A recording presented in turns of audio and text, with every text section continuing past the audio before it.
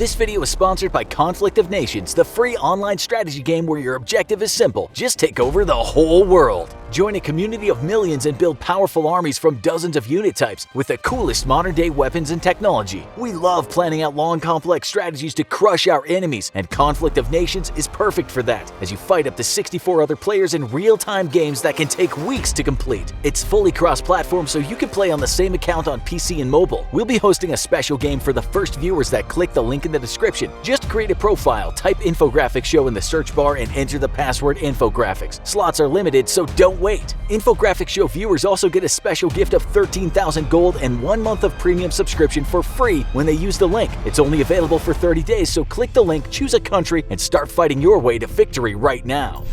In the year 2020, the US is still the world's sole superpower, but China is not far behind. Both nations have huge amounts of influence across the globe and economies that generate enormous wealth. But what about their militaries? If China and the United States were to go to war, who would have the advantage? In this military comparison, we're pitting China's People's Liberation Army against the United States military to see how they match up. After we lay out the capabilities of each, we'll decide who will win in an all-out war. Bear in mind that both of these militaries are always changing, so it's important to keep an eye on the future. In the end, it'll all come down to which country has the stronger and smarter military. Let's see if you come to the same conclusion we do of who would win in a war between China and the United States of America. In terms of resources, China and the US are both well equipped to support their militaries during the war. It's well known that the United States spends more money than any other country on its military. The most recent military budget for the United States was around $721 billion. That's more than many countries' entire GDP. On the other hand, China's military budget is around $178 billion. Notice the huge contrast between the two nations' military spending. Just in pure spending, the United States beats China. But just because a country spends a lot of money does not mean they have the better military equipment or personnel. Although the United States invests more money in their military, China leads with a different resource: manpower. If all-out war happened, the ability to manufacture weapons and replenish casualties would be vital. The current population of the United States is just over 330 million people. The population of China, around 1.5 billion people. Of course, not everyone in each population would be able to fight or work in factories, but just in terms of people, China vastly outnumbers the US. This brings us to the active number of military personnel in each country. Who has the bigger military? Well, it should come as no surprise that the number of soldiers in China's military is much larger than the United States. With more people in the country, there are more people in the military. In fact, the number of military personnel in China is almost double the amount of military personnel in the United States. The US military consists of around 1.3 million personnel on active duty. The People's Liberation Army has just over 2 million military personnel. If war broke out between the two countries, the United States would need to immediately reinstate the draft, just to come close to matching the number of military personnel the People's Liberation Army currently has. Due to the immense size of the Pacific Ocean, a war between China and the US would most likely not start on land. So let's first look at the Air Force capabilities of each nation and how they stack up against one another. The total number of military aircraft the United States has is around 5,370. China's Air Force contains about 3,010 planes, but these numbers are always fluctuating as new planes are built and old aircraft are retired. Right now, the Chinese military is building and purchasing aircraft much faster than the US. It's estimated that in a few years, the number of aircraft between the two nations will be comparable. But what about the types of aircraft? Which country has better fighter planes, bombers, and transports? The United States has a vast array of aircraft at their disposal, the most impressive of which are the F-35 Lightning, F-22 Raptor, and F-15 Eagle. These fighter jets help the US maintain air superiority. However, China has its own stealth fighter in the J-20, although it's only available in extremely low numbers and is generally considered a poor man's version of the American F-35. In the air, the American military still retains a lethal advantage over the Chinese military with more sophisticated avionics, a much larger fleet of fifth-generation aircraft, and a far greater number of support aircraft such as tankers and AWACS platforms. American pilots also train on average 20 to 30 hours more per year than their Chinese counterparts, and in more realistic scenarios than the Chinese. As we look at other aspects of the Air Force in each country, we find that larger aircraft such as bombers and transports are not equal. The United States has a clear advantage. There are two reasons for this. The first is because the US just has more aircraft. The second reason is because a lot of money being pumped into the United States military goes to research and development each year. The United States aircrafts are up to date, while the Chinese Air Force is still working with functional but older models. You don't need to look much further than the United States' Boeing B-52 Stratofortress, Northrop B-2 Spirit, and Rockwell B-1 Lancer to show that in terms of dominating ground targets from the air, the US has the advantage. Other than the skies, the next most important military technology in a war between China and the US would be the Navy. Controlling the oceans in this conflict would be vital for success. One of the most important ships in a naval arsenal would be the aircraft carrier. The floating fortresses would be crucial to launching airstrikes on the opposing country. Currently, the United States is the world leader in aircraft carriers. The US has 11 active aircraft carriers, while China only has 2, and only one of those is currently rated as combat ready. This clearly puts dominance of the ocean in favor of the United States military. But what about other warships? If China could destroy the US aircraft carriers, would they have the advantage? The United States currently has around 430 naval ships on active and reserve duty. However, only about 300 of those ships are currently able to deploy at a moment's notice. If war broke out between China and the United States right now, China would have a fleet of 335 ships to call upon. But just like the case for the US, not every ship would be available for combat, with about 20% on each side being currently undergoing maintenance, retrofit, or rest and relaxation for its crews. Without eliminating the US's aircraft carrier fleet, China would stand no chance of victory in the Pacific if all-out conflict took place. Yet even with American carriers out of action, China would be extremely hard-pressed to deal with the American submarine fleet. While it has its own fleet of 74 subs versus the US's 66, China severely lacks in anti-submarine warfare assets and would be ill-equipped to take on America's silent service. On the American side, a disastrous performance by its own anti-submarine warfare assets during exercises in the early 2000s revealed a terrible crumbling of the American Navy's capability to wage anti-submarine warfare after the end of the Cold War. Since then, and with the help of ultra-silent diesel submarines from partner nations, the US has undertaken great steps to once again bolster its ASW capabilities and is believed to be well prepared to face any enemy fleet as the world prepares for great power competitions once again.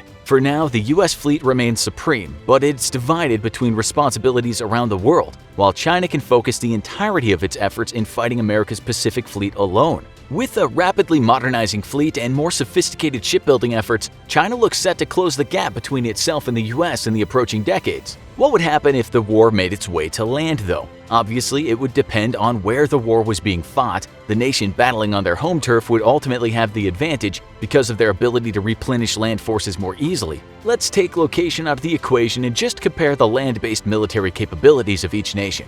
We know that in terms of soldiers, China outnumbers the US. We also know that if soldier numbers need to be replenished, there are many more people to choose from in China than in the US. Basically, if the two countries went to war using only soldiers, the United States would eventually succumb to the large number of available manpower China has. That being said, this is not how wars are fought anymore. Instead, land battles can be won using machinery, such as tanks. The United States has a tank arsenal of around 8,010 vehicles. The US's main battle tank is the legendary M1 Abrams, of which not a single one has been lost to enemy action yet. If deployed, the United States tank army would be a devastating force. It would plow through anything in its path. China has fewer tanks at around 6,560, and just under half of those are first-generation tanks dating back to the early Cold War era. Around 2,360 of the Chinese tanks are Type 59s. These tanks were produced in the 50s and 60s. They're antiquated and currently retired, but still kept in reserve. This means that the tank force of China is actually much smaller than the United States'. The US pours billions of dollars into upgrading their tanks with state-of-the-art equipment and keeping their forces modernized. Clearly, the United States would decimate China in a tank battle. In today's day and age, battles are rarely fought only on the ground. At some point, they may not even be fought on the planet. Recently, the United States has implemented a new branch of the military, Space Force. Space Force's missions is to organize, train, and equip space forces in order to protect U.S. and allied interests in space and to provide space capabilities to the Joint Force. It is clear that the United States is moving toward militarizing this new horizon. But is China? Recent reports have shown that China has been rapidly expanding its space program. They were the third country to launch a human into space behind the former Soviet Union, now Russia, and the United States. China completed this feat back in 2003 and has since ramped up their space program. They are the first and only country to put a rover on the far side of the moon, where they've made several discoveries.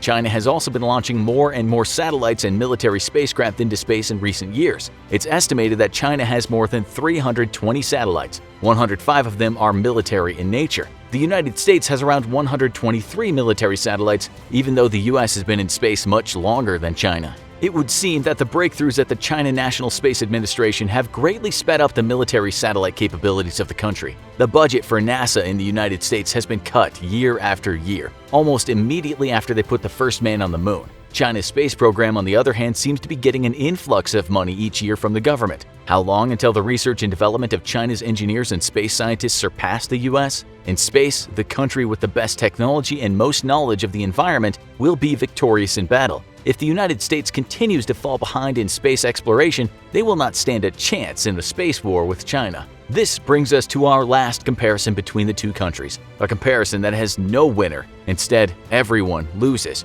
We're talking about nuclear weapons. As of right now, China has an estimated total of 320 nuclear warheads. That might seem like a lot, but it is nothing compared to the amount of nuclear weapons the United States has stockpiled. The United States has about 6,370 nuclear warheads under its control. 2,000 of those nukes are awaiting to be dismantled and disposed of. However, if nuclear war broke out between China and the US, neither country would get a chance to use all their nuclear weapons. The human race would be annihilated long before then. So, it's probably in China's and the United States' and the entire world's best interest that nuclear war never comes. Although the United States has a slight military advantage over China, we can't underestimate how far China's military has come in a relatively short amount of time. Also, the vast amount of manpower could be enough to allow China to hold out for a long time, slowly depleting the United States' resources. However, the reason we believe that the United States would win a war with China is because of experience. The United States has a lot more military experience than China.